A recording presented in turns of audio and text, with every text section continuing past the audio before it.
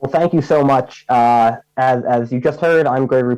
I direct the Southeast Asia program at the Center for Strategic and International Studies here in Washington, D.C. And at the top, I want to thank Dino Jalal and the great team at the Foreign Policy Council of Indonesia for having me back. This is the second year that CSIS has partnered with FPCI for the Global Town Hall, and it's a really remarkable event that Pak Dino and his team have put together. I also want to thank all of you for tuning in. I know it's been a very long day, and I want to thank the other 12,000 registrants from 115 countries who tuned in over the last more than half a day. Today's session is going to be on the issue of technology as a new frontier of competition and cooperation, and it is a suitably broad topic. And we're going to have a great panel to address everything from internet governance to 5G and AI, emerging tech, and the green economy, and so on. First, let me go ahead and introduce our panelists, and then we're just going to have a discussion. No formal presentations here. I hope to keep this a little light and breezy, given how heavy the topic can get, and then we really want to get to your questions from the audience. So we're going to hear today from Nigel Cory. Nigel is the Associate Director for Trade Policy at the Information Technology and Innovation Foundation. Dr. Melissa K. Griffith is a Senior Program Associate with the Science and Technology Innovation Program at the Woodrow Wilson International Center for Scholars here in Washington. Paul Triolo is Practice Head for Geotechnology at the Eurasia Group, and Dr. Yu Yang is Assistant Professor at the Institute for Interdisciplinary Information Sciences at Tsinghua University. I was a little worried I was going to get tongue-tied with that one, but we got through. So with that, let me go ahead and turn to our panel and ask the first question. Paul, I'd like to send this first one your way. Here in DC, we spend a lot of time hearing about and talking about China's Made in China 2025 project. Could you summarize what exactly China's current industrial policy is as it relates to emerging technology? Sure. Thank you for everybody for inviting me to this great event, and thanks, Rick, for the question. I think when I think about this problem, I think there's really three baskets we could put China's current industrial policy in. One is the sort of formal focus on self-reliance, and that's things like Made in China 2025. The second one is sort of a new wrinkle around the issue of common prosperity, and then the third one is the informal sort of internal cajoling that Beijing does for Chinese companies to use domestic technology. So if we look at the first one, self-reliance, I think there's obviously a continuation of the basic goals of Made in China 2025. And there's things like the subsidies that were developed in 2014 under the National IC Fund, and ongoing policy changes like preferential tax policies for the semiconductor industry. So there's a lot of sort of formal signals to the bureaucracy that you know, these emerging technologies are a priority. Things like new energy, AI, quantum computing. I think a really interesting wrinkle that's happened in the last 2 years is sort of allowing more market mechanisms to help to drive innovation in the technology sector. So we've seen the emergence of the star market in Shanghai, for example. This week, we saw the Beijing Stock Exchange open, which is for small and medium-sized enterprises. But the goal there is to help to mature China's capital markets so that companies that are in the tech sector can have access to financial resources as they look to expand. And I think that one of the big issues with the U.S., of course, is whether the U.S. will continue to allow Chinese tech companies to list in the U.S. If they aren't subject to the auditing requirements that the U.S. is looking for here. The common prosperity piece is important too, because I think there the goal is to channel more investment from e-commerce and the platform companies like Alibaba and Tencent into more hard tech, and that's a new emergence in China's industrial policy. We saw that in the 14 five-year plan.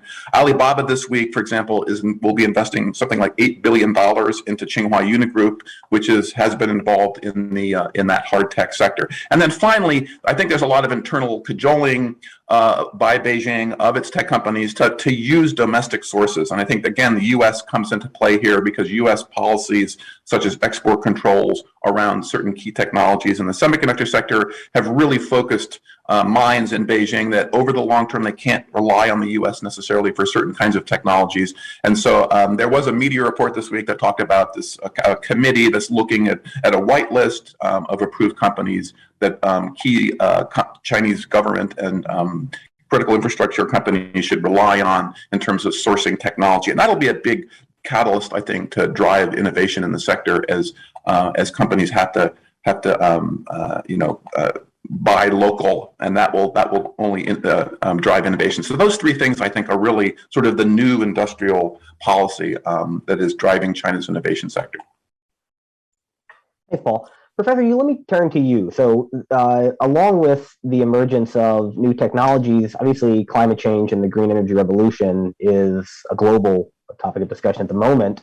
What do you see as the most important or promising emerging technologies when it comes to the green revolution? You are on mute, sir. Oh, sorry. First, thank you for including me in this kind of discussion. I would like to say, instead of discussing this kind of great challenges, great opportunities, positive technologies. Yes, we have a global consensus about the energy transition, and every country agree that the energy sector should be decarbonized. And of course, we have more and more new technologies to help the underdeveloped country and the poor community to improve their energy situation, and also in a low carbon way. But I'd like to address some very significant challenges for the energy sector from the global climate change perspective. Currently, the economy enabled by the new technologies are more and more energy intensive, like the artificial intelligence based, or like the blockchain, this kind of crypto based. They really relies on the energy consumption, and they require a very stable and low cost energy. And that means when we innovate a new economy, or a new way to develop the GDP through an algorithmic way, currently it is really energy intensive. And this kind of energy intensive new technologies also raise the challenges of carbon leakage. For example, when China stringent the requirement about the stringent the regulation on the Bitcoin's mining, the Bitcoin mining industry moved to other regions who have low regulations and the low price rate. That means some of them are mainly from the very carbon intensive energy sectors. It means when like big technology countries stringent their regulations, this kind of carbon leakage really increase a new concern about the energy sector. So beyond to address the positive aspect, I would like to particularly discuss this kind of new challenges due to the new technology. And it is a global climate. It is a global cooperation. It is global competition, but it is another way. Thank you, Professor Yu. Nigel, let's move online. So I think it's fair to say that we're seeing a competition of models between the traditional free flow of data online versus this idea of data sovereignty, that states and entities should be able to control more the data that their citizens see online. Do you think that that's right? And if so, how is that competition playing out?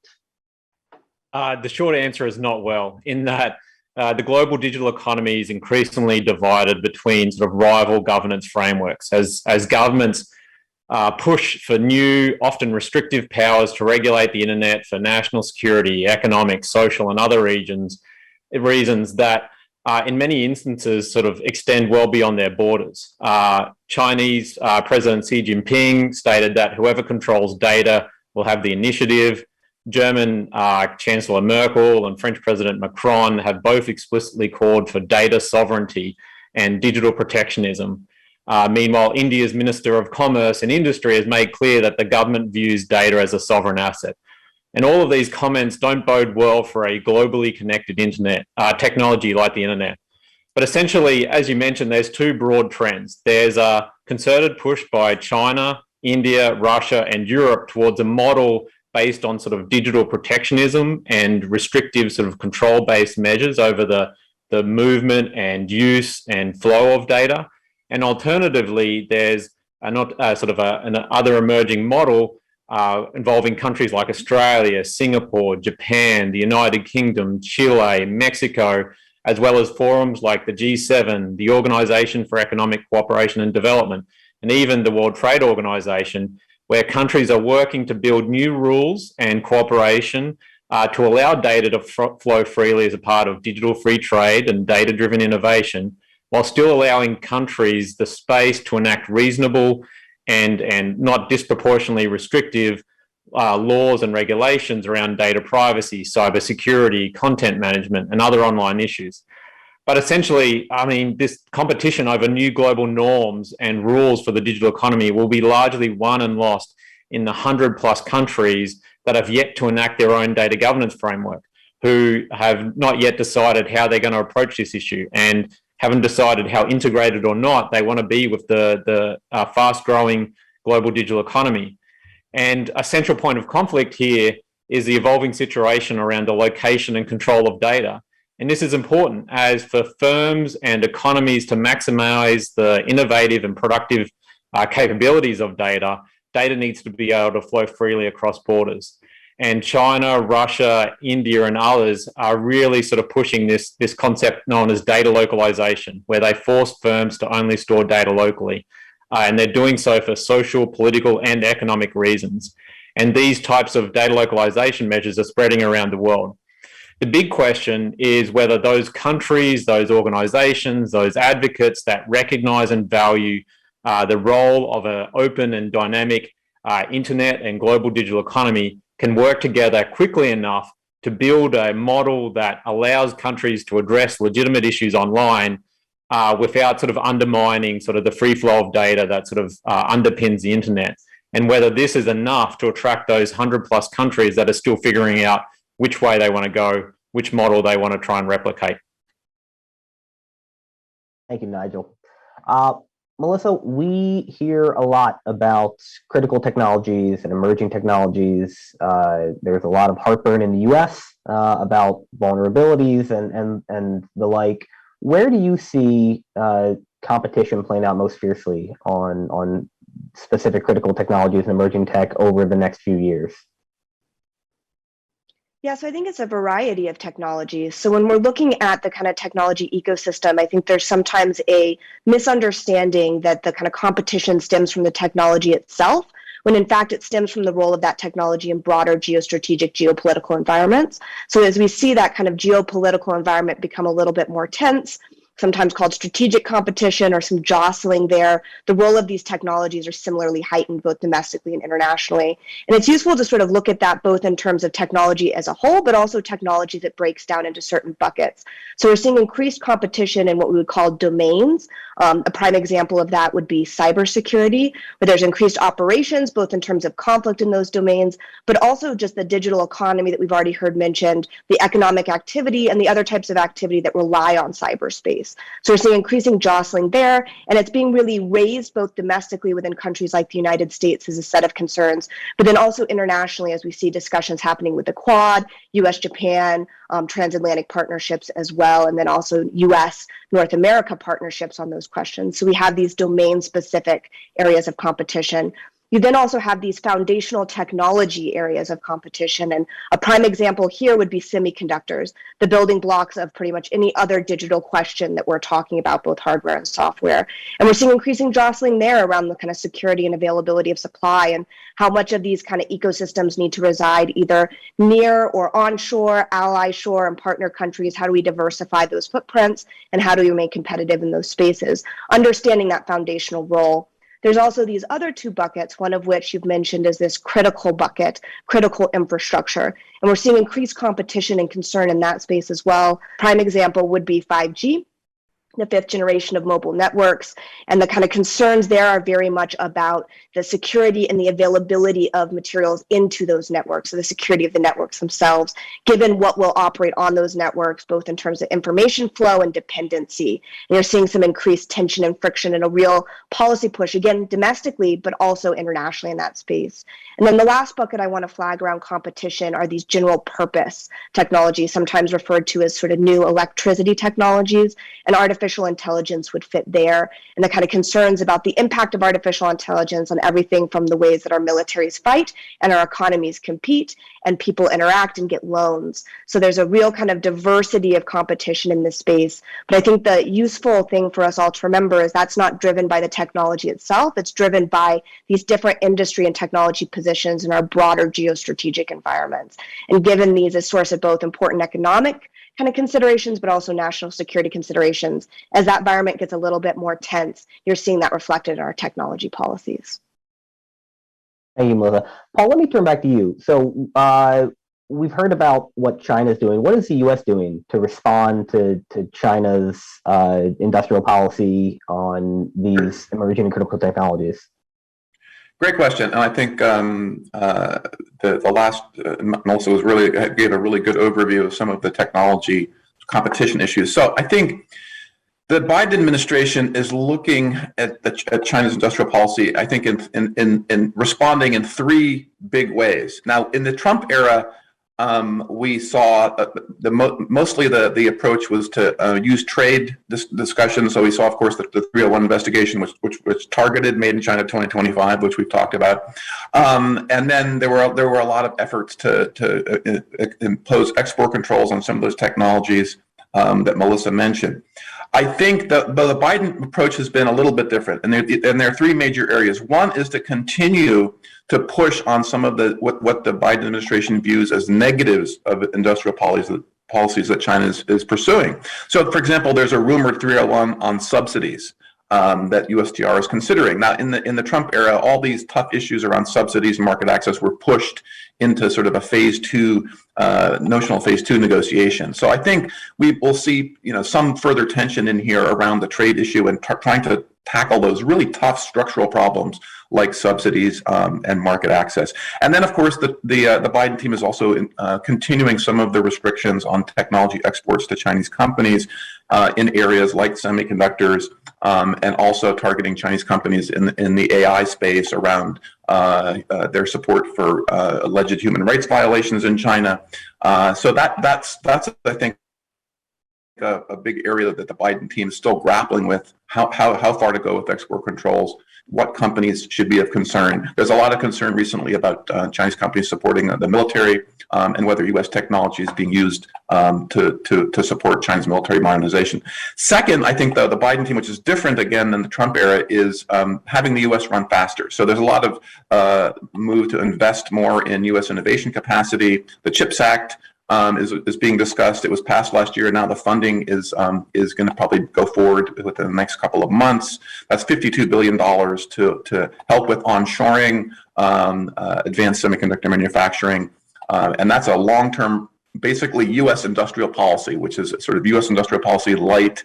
And there's been a lot of discussion of that over the last year, and I think that will be a trend in the U.S. is to respond to Chinese industrial policy with some sort of U.S. industrial policy potentially coordinated with allies, because the last part of the approach here is to coordinate both industrial policies and raise the bar around some of these issues like data that Nigel mentioned in these technology alliances. So the quick example, the U.S.-EU Trade and Technology Council met for the first time in September at the ministerial level, and they're going to tackle things like data governance, export controls, investment reviews, secure supply chains, including semiconductors, and exploring ways that the EU and other like-minded allies, such as Japan, South Korea, and Taiwan, can coordinate or align on some of these industrial policies, particularly in the semiconductor sector.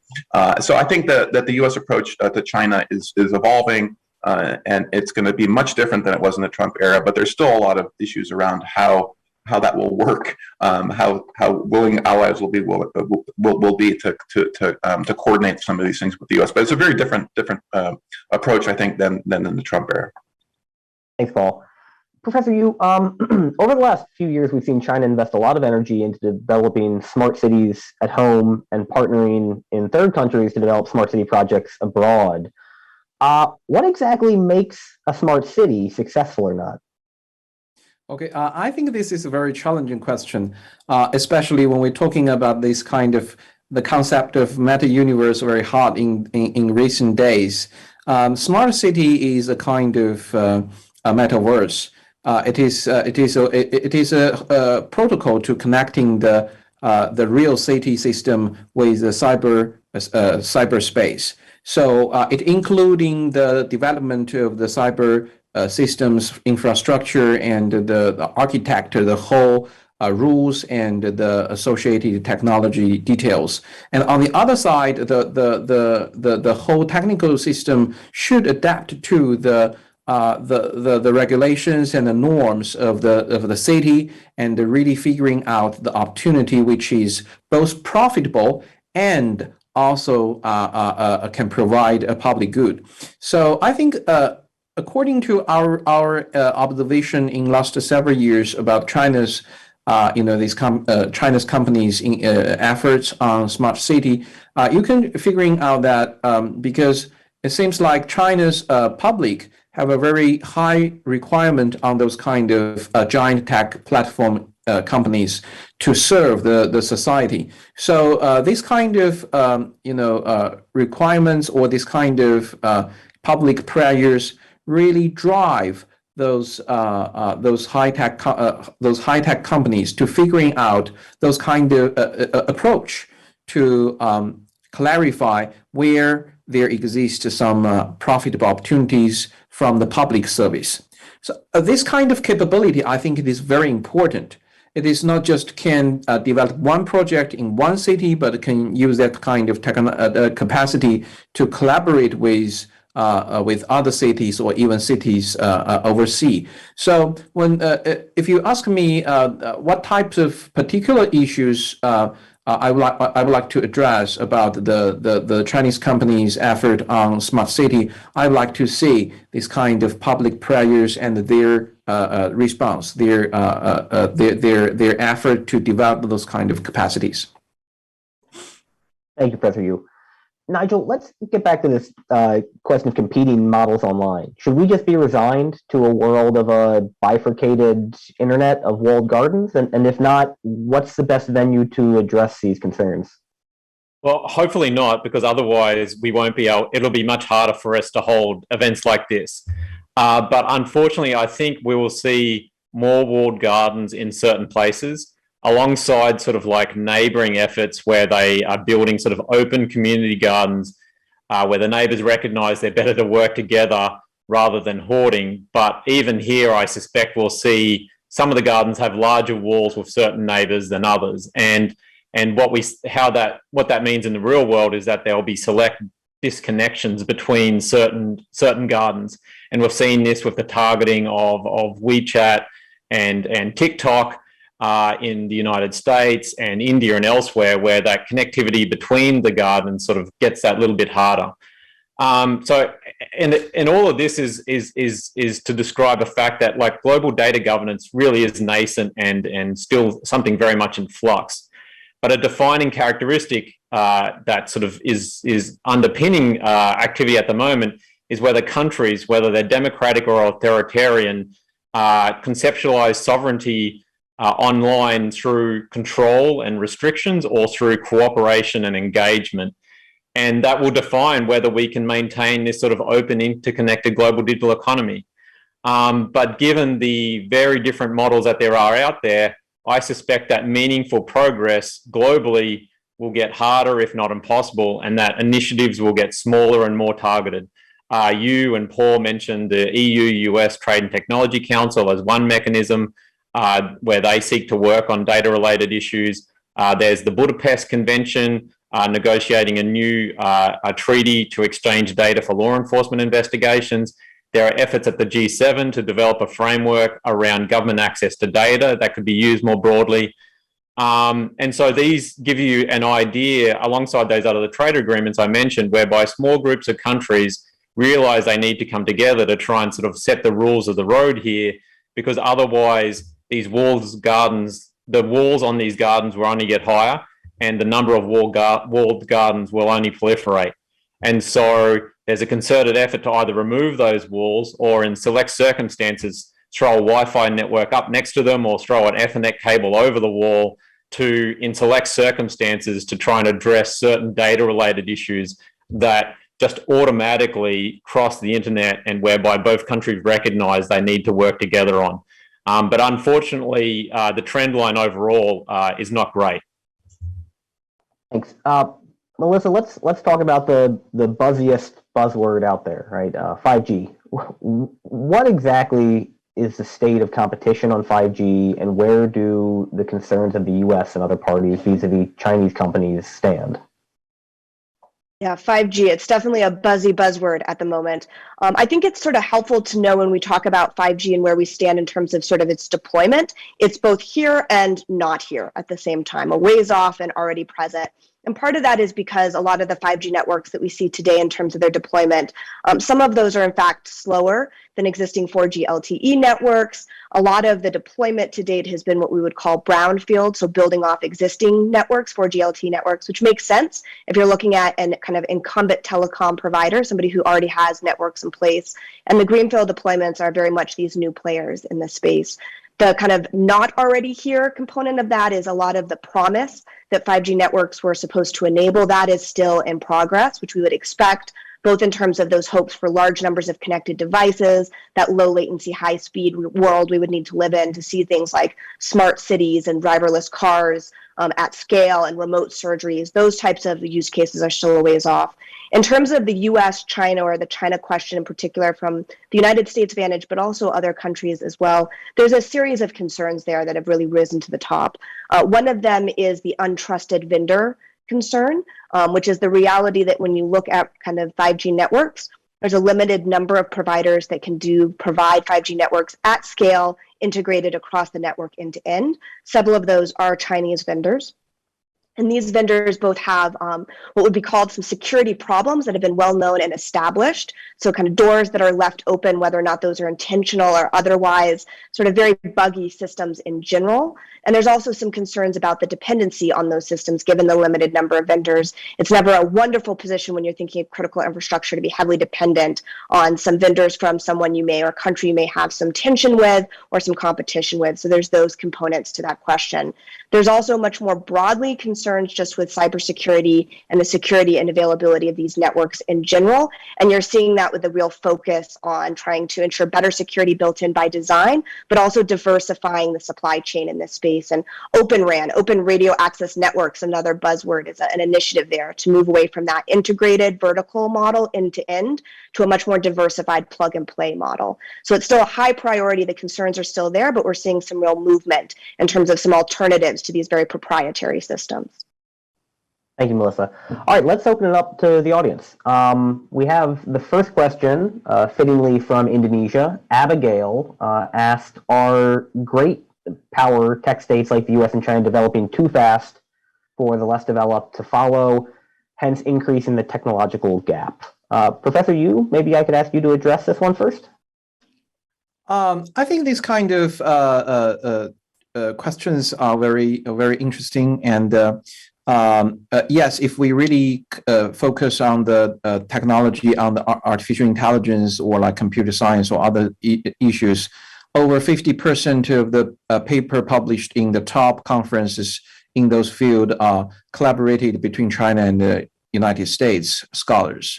So it seems like the technology innovation, especially the information and the computer science technology innovation, mainly occurs in these two regions, and also including Europe and other places. But there's a very significant gap between like those academic power ways other regions and other areas.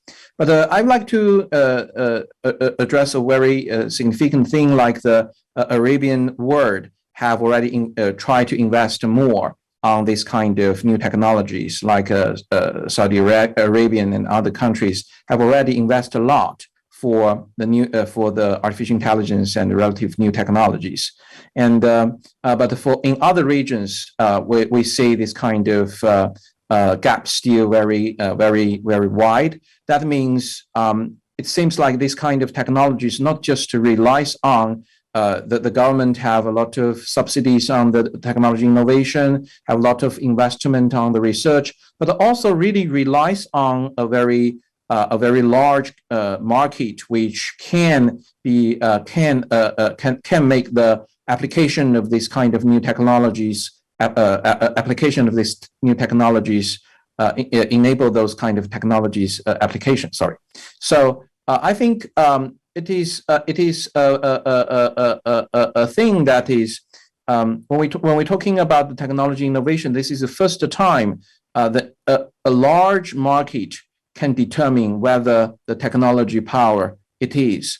I have no answer about whether these kind of things can be mitigated, but I must say, if this is true, that means those kind of technology power has to open their college to the global students, so that we can not just encourage the competitions between young generations globally, but also we can allow the technology spread over broad. Thank you. Paul, let me turn to you next. We have Dana from the US who asked, with the two major powers competing against each other, are we risking the development we might get from their cooperation? Yeah, of course we are. I think already, there's a sort of damping down of innovation more broadly. When you see, for example, U.S. export controls on Chinese companies, that has affected the ability of big U.S. semiconductor players, for example, to sell into the China market. They tend to plow that investment back into R&D in the U.S. To help drive innovation here and more globally. So I think that the U.S.-China great power competition meme ends up affecting a range of technology supply chains and sort of ecosystems, whether it's the flow of Chinese and engineers coming to the U.S. to help U.S. companies and eventually go back to China, for example, or whether it's just disrupting, for example, semiconductor supply chains in different places, as we saw with the global semiconductor shortage, for example, where I think if you talk to industry sources, some of that shortage was caused by U.S. actions against Huawei, which sort of changed the thinking of procurement officials and led to a lot of stockpiling. So it was sort of an unintended consequence of U.S. policy. So yeah, I think that the challenge is, to find where's the landing zone, for example, in this relationship that will get us back to some new normal, and that will, lead to getting back to a more virtuous cycle in some of these key technology domains. I mean, the fact that we can have an iPhone here, which includes components from all over the world, is really the triumph of sort of the globalization of the tech industry. That's a really globalized product, and so the innovation that's inherent in that is huge, and it involves many countries besides the U.S. and China, for example. So I think that's the challenge, is to avoid having great power competition sort of be too disruptive to both supply chains and value chains and the flow of talent and capital around the world. Thanks, Paul. Melissa, let me come to you next with a question from Huzaifa from Fiji, who specifically directed her question to you, wants to know more about potential transformative data technologies that you see on the horizon. Yeah, so I think there's a variety. If we're thinking specifically about 5G networks, there's a lot of interesting kind of enabling functions that are coming out of 5G networks, both in terms of the amount of data that we can gather. So when we think about the proliferation of connected devices, there's a wide diversity now of data that we can gather from those devices, whether those are integrated into agriculture fields and can give us a better sense of the kind of supply and the security and the resiliency of our food bases around the world, all the way into manufacturing, and be able to do that in a much more precision sort of manner. So I think particularly around 5G networks, there's an interesting evolution in the quality and quantity of data we will be able to collect. And for me, the most interesting question that emerges from this wonderful question from the audience are those use cases we didn't expect. So I think we've kind of highlighted throughout this session already a variety of use cases and a variety of data applications that we're hoping to see emerge out of these technologies. But when we think all the way back to 4G LTE and the kind of app economy, that was not expected or predicted. Those types of kind of converging forces, both around the GPS the evolution of mobile technology, sort of the phone in your pocket, and then the underlying cellular mobile network as well, being able to create different applications that we just didn't expect. So I think those will be the ones that if I could predict, I would retire from my day job. But unfortunately, I'm not that talented to be able to predict those. But I would keep my eye not on the ones that are getting a lot of the hype today, but on the kind of quiet sleepers that are going to come up from behind. Thanks, Melissa. All right, Nigel, we have a question from Kostya Amarov from Kazakhstan. Will cyberspace become a new field for sovereignty, the scope of sovereignty? You addressed this a bit in your remarks, but I guess he's asking you to make a prediction. Yeah, well, it most definitely is a not a battlefield, but certainly an area of contest between the major players. As countries realize that data in the digital economy is both central to economic development, as well as national defense, as well as sort of political stability, they're increasingly realizing that they need sort of a broad range of new laws and regulations to manage it how they see fit. It's just that this comes on top of a globally distributed technology where data can flow freely automatically and is governed through this sort of like open multi-stakeholder model. And so we have that conflict. We have this global technology that is seamlessly connects us all here online today without issue, running into these aspirations by countries seeking to maintain stricter control over what happens online, how it happens, who it happens with, and the data and services that underpin that. And so we're at a really sort of interesting stage in that countries are still just coming together to figure out how exactly they want to define the rules of the road online, to see whether we maintain the open, dynamic internet that we're all participating in today, or whether that becomes much harder and we maintain some version of the current internet, but it runs into conflict against these sort of like walled gardens. And then that raises the prospect in the future, if we hold something like this, if we have panelists from certain walled gardens, do they need to beam in through some other platform, or do we have to use certain platforms in certain jurisdictions to get around certain controls? And so all of this will play out furthermore in the coming years as governments sort of get down to both enacting more domestic laws, but then increasingly engaging in international negotiations on how they want to define the role of states and laws online in cyberspace. Great, thanks. All right, for this one, I'm just going to give it out to the panel, and whoever wants to put your hand up, please do. From Alexander Ganchev in Bulgaria, how could artificial intelligence change education, and how will this affect the disparity in education between developed and developing countries?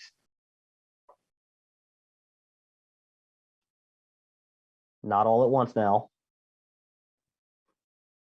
I mean, I'll take a swing. I mean, it gets to the question in terms of organizations and governments developing and applying digital technologies to current issues in a way that obviously improves it quickly and better than before. And so that's the challenge, right? Is that it's adapting technologies for the context of the local situations. And here, AI and digital tools offer enormous opportunities. And we've seen a lot of hype for a long time about like multiple open multi sort of course platforms providing education to anyone that can access it. But I still don't think we've really sort of figured out the right combination of tools to really use AI to its full potential as it relates to education. But I think this is a huge market. There are many firms, many organizations involved in trying to use digital technologies in a way that improves traditional educational processes. So I suspect we'll see further innovation, further development here that sees digital tools help countries and students catch up quicker than we have in the past. Thanks. The next one, I think, goes to Melissa from Katyusha in Italy, who says, technology is the best tool for communication and cooperation between governments, but at the same time is dangerous. What, according to you, are the best practices to prevent cyber attacks? Two-factor authentication. It's a joke, but it's not a joke. Often when you're looking at cyber operations, that is one of the prime mistakes that gets made. So if anybody has an account anywhere and the two-factor authentication is not enabled, you should pause, cut off this call and go do that right now. So that's a big one. I think many of the others, though, is just understanding your risk profile. So we've talked a lot about kind of the various competition, the fact that cyber operations are only increasing and they're becoming an important part of statecraft at an increasing pace and targeting a variety of kind of different institutions and organizations, from the espionage to the attack to the influence operation. But you need to be thinking about it from their perspective of a country or a company or a school or an individual in terms of what are the risks you are most concerned with? What are the kind of pieces, the crown jewels that are important for you, your company, your country? What do you have to be able to continue to do?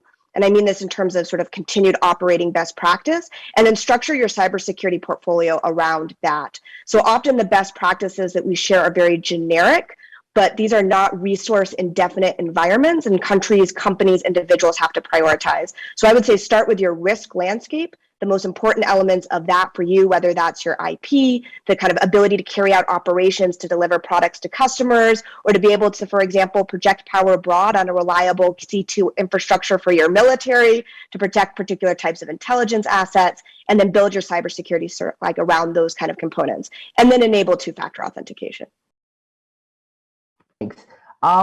Let me put Professor Yu on the spot, if you don't mind, for this next one, which is about automation, something that we haven't directly addressed yet on the panel. Siti Shakira from Brunei says, I have read that by 2030, 14% of jobs are at risk to be completely automated, and 32% will change significantly. Is it possible that the downsides of automation will outweigh the benefits in terms of human employment? Oh, I think this is a very good question. Actually, during last several years, the academia have already spent a lot of time to discuss this kind of issues. So generally speaking, the development of automation technologies have three ways to impact on the employment. First of the things, it enable, because we're talking about the employment, it means how it change the way the economic development. The first way is because of the technology. Because of the automation technology, a lot of industry will move from the labor intensive to the capital intensive. This is the mechanism by which the public concern about the job loss due to the technology innovation. On the other side, the second mechanism is it enable the technology innovation of the automation enables a lot of things which used to only available for labor inputment rather than capital inputment. In this way, because it enabled the capital investment to replace labor in some areas, so it also caused job loss. However, on the other side, the technology of automation enable a lot of new industries which ask for a large employment on the labor capital. For example, the food delivery platform industry is enabled by the automation for the delivery algorithm. However, it creates millions of job opportunities both in China, United States, or India, or those countries. So, like Professor Acemoglu, Darren Acemoglu, and other labor economists research, we already show all three mechanisms have functions during the last several years. But in different countries, or even in the same countries, different states or provinces, the effect are heterogeneous. So when we're talking about this kind of issues, we first need to consider the country one by one. On the other side, it means the education system should be reshuffled.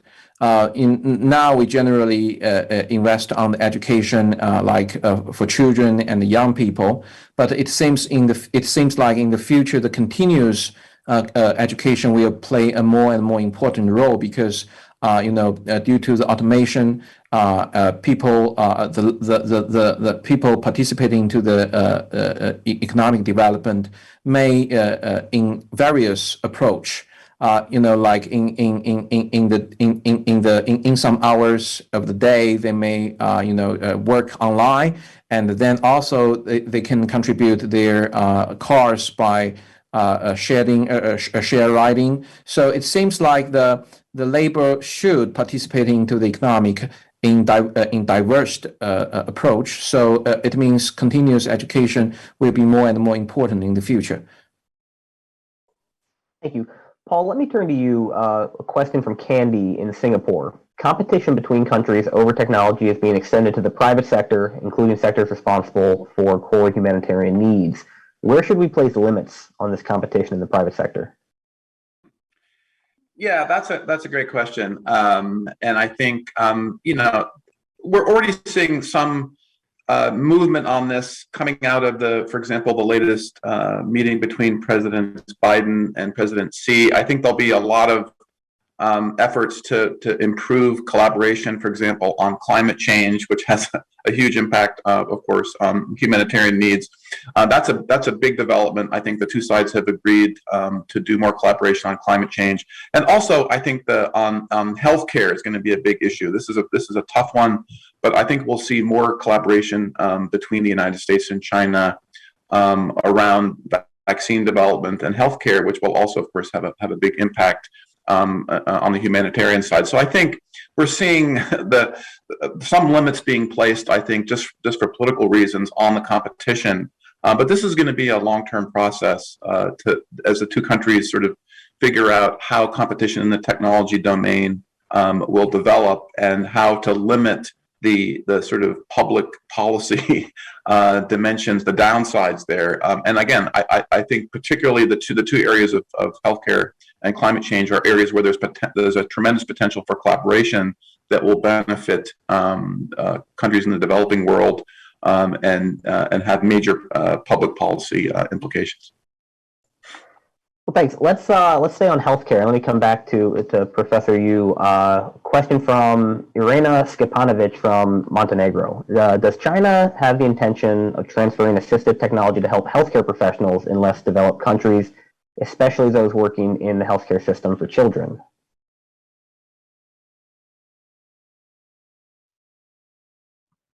It's a little bit a challenging question for me because I do not have a lot of research on healthcare.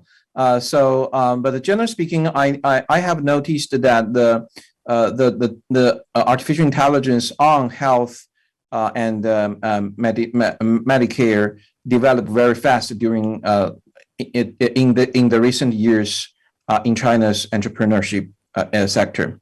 So I think this is because of several things. One is China has a lot of graduate students or researchers in this area, and the demand for low price medical care, low price and high quality medical care in this country is very high. So there is a very large gap between the demand and supply. So this kind of gap incentivizes the innovation of the area and also attract the interest of the capital. So due to the artificial intelligence technology development, the Medicare industry and its technology innovation changed because traditionally, if you want to have an entrepreneurship in this area, you should have a lot of investment just for the equipment, for hiring a team. However, currently there's some other approach. For example, you can propose algorithm, and the traditional medicine companies can provide the platform to explore whether these kind of ideas are profitable or it is risky. So those kind of new organizations of technology innovation and entrepreneurship provide new opportunities. So I'm not sure whether the investment in China's entrepreneurship sector will benefit other countries, but it seems like it's already suggests a new organization or pathway for this industry. Thank you. Let's go to Melissa with a question from Huang in Vietnam. Why has the adoption of 5G been met with so much hesitancy? It's a great question. So I think it probably is country specific, the answers to those, but there's a variety of concerns. So one of them is with any big transition that is costly and often involves organizational transitions as well. So I know, for example, in the United States, you have your large carriers and then you also have more rural carriers. And these more rural carriers and smaller carriers are less well positioned to really address some of these concerns that are kind of rising to the top of the US conversation around national security, evolution in technology. So Open RAN is one of these discussions, and whether or not they would be able to sort of implement a much more complex system, when they should start thinking about that transition and how. And you also have some real concerns, for example, about when you can actually switch out equipment. So we don't talk about this enough, but if you're in the northern United States or in parts of Canada, you have very limited crews that can climb towers and do this work, and they can't do it in winter. And so you have some real limited components there as well. So there's quite a few choke points, and there's some real, I think, uncertainty. I know a question I get a lot around 5G is what's the risk of picking the wrong set of vendors, the wrong kind of equation here going forward, because these things can be sticky and they're costly to sort of remove or replace, sometimes called rip and replace, and sort of start over. So I think there's some hesitancy there. I think the good news, though, is that there's a lot of that uncertainty is being answered with increasing information around 5G networks, and you're seeing more and more support going out to a variety of vendors, both as system aggregators, these integrator functions are there, the big telecom operators and the equipment vendors themselves are playing a much more ecosystem-based approach and sort of helping people understand what this technology does, the costs associated with, and then being able to support and answer some of those questions going forward. Thank you. Let me turn to Nigel for what might be our last question. And admittedly, it might be an unfair question for you, but it's your turn. So this is the way it is. From Iqbal in Malaysia. Says most pilot tests for 5G networks have been deployed in big cities. Do you see opportunities to improve internet networks, internet connectivity in all areas of a country rather than focusing on this one thing that only benefits a small portion of the population? Yeah, no, I mean, it's a good question. I mean, it's understandable with this new technology and its small cell deployment. Typically, we've seen it rolled out, obviously, first in cities, but then the challenge comes is like, how do we extend that to more people? And that's indicative of the broader challenge we continue to face to bring connectivity to people that already have some form of connectivity, but more importantly, to connect those that still remain disconnected from the internet. The half of the world's population still is not connected there. And so that's the evolving challenge there. And I mean, to put it into this broader context, this geopolitical context we've been talking about, is that how respective telecommunications companies from the US, Europe, and China, and Korea, and elsewhere have been engaging with governments around the world on these 5G rollout plans. That's a central point of competition, in that who can bring these technologies to the most people in these countries. But then alongside that is the corresponding concerns about, well, security concerns about it, about the terms of the contracts and stuff that are being deployed there. So, but there's obviously a lot more effort and attention and resources going to this deployment challenge, both domestically and internationally. But I think we're really only at the leading stage of this discussion in terms of like, how do we encourage the broadest deployment of this sort of like critically sort of transformative connectivity technology. Thanks. So we're at that awkward moment where there's not enough time for another question, but we do have a couple minutes. So why don't I ask each of the panelists if they want to give their 30-second or 60-second closing remarks on any issues that have come up on the panel so far. Professor Yu, could I start with you? Oh, okay. It's very glad to give the close remark. I think for the global climate change progress coincide with the wave of information technology revolution. There's a lot of challenges. We're talking about the collaborations and the competitions. It is not just about between countries, but also between generations and between different communities, between different classes. So it is important to develop a new norm and the framework to guide these kind of competitions and cooperations between different groups. So I think this is the most important thing for the next decade about not just the real world interaction, but also the cyber society's interactions. Thank you. Paul? Yeah, I think I would just say that I think we have to hope that we can avoid having major great power tech rivalry impact that issue that Nigel, I think, addressed very well about how we spread the technology and the benefits of the internet to the next billion people, whether it's in Latin America or Africa, and also things like we didn't talk about, like financial empowerment and banking the unbanked. This gets into things like cryptocurrencies and decentralized finance, where these technologies hold great promise to help sort of spread the wealth of the technology revolution. And I think that I'm optimistic that great power competition won't get in the way of that diffusion of technology, but that's something that we need to definitely watch over the next 3 to 5 years. Thank you. Melissa? Yeah, so I'm going to echo, I think, some of the previous comments. So I would have 2 takeaways. I think one is don't go it alone at the country level. These are complex ecosystems, and we benefit, I think, from cooperation across these ecosystems and sort of shared strengths going forward, both in terms of innovation and better security and better economic outcomes from those. So I think one is don't go it alone. There's sometimes a tendency to look internal, but this external component is really important. I think the second big takeaway for me is also know your industry and your technology. So we've covered a lot of different industries and technologies, from semiconductors to AI to 5G, and even within 5G down to the RAN, the radio access network. And each of these function really differently. So as we're talking about kind of states trying to intervene on really pressing security or economic issues, they run the risk of really destabilizing these environments and these industries in ways that are counterproductive, that prevent you from gaining many of the benefits from these industries. So I would also push know your industry so that you're able to tailor your policy responses to the technology and the dynamics at play, not sort of the broader geopolitical environment in and of itself. Thanks. Nigel, can you take us home with just a sentence or two?